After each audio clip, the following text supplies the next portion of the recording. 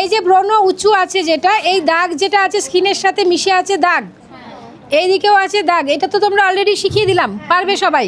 আমাদের কনসিলিং করে দিলেই সেই যে এরকম, ধরো আমরা কনসিলার নিলাম, কেমন?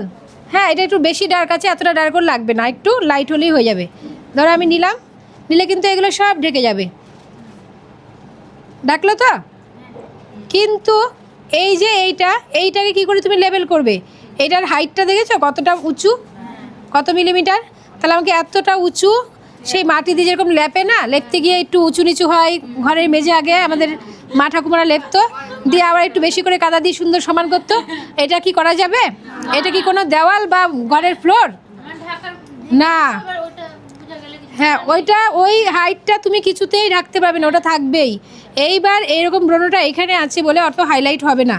যদি এরকম গালের উপরে থাকতো, তুমি যদি এখানে বেশি হাইলাইট দিয়ে দিতে, ওইটা আরও সুন্দর হয়ে আরও, হ্যাঁ, মন্দিরের চূড়া যেরকম উপরে থাকে ওরকম চকচক করবে। তাহলে যেগুলো হাই পয়েন্টে যদি থাকে ওরকম ব্রণ, তাহলে সেখানে আর হাইলাইটার দেবো না, একদম ম্যাট মেকআপ করে দেবো, যেরকম আমরা সেলফ মেকআপ করে আসি, কোনো হাইলাইটার দিই না ওরকম, বুঝেছো?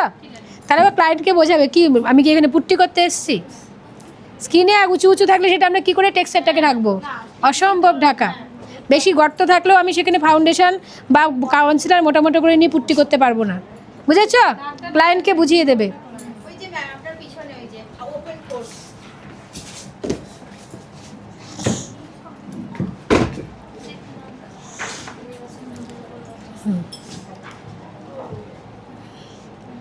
ওর ফেসটা আমি টাচ করে যেটা বুঝতে পারছি, শুধুমাত্র ওপেন পোর্স নয়, প্রচণ্ডভাবে একটা রাফ, মানে আনইভেন, হ্যাঁ আনইভেন হয় না একটু, তোমার ওই কীরকম বলবো, একটু উঁচু নিচু আনইভেন একটা টেক্সচার।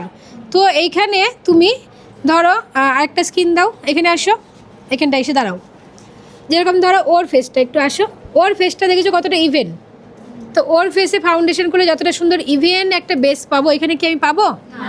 কিছু আছে যেটা দিয়ে আমি পেন করতে পারবো?